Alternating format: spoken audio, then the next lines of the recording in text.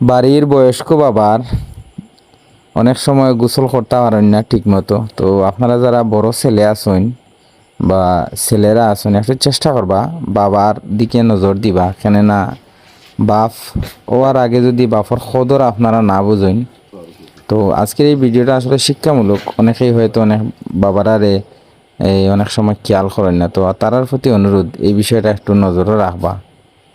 কেননা এই বাবারা আমরা যখন বয়স ছোট তখন আমরা তাই গোসল বোর করাইয়া দিতা, কিন্তু আমরা এখন বড় হওয়ার পরে অনেক সময় তারারে অবহেলা করি।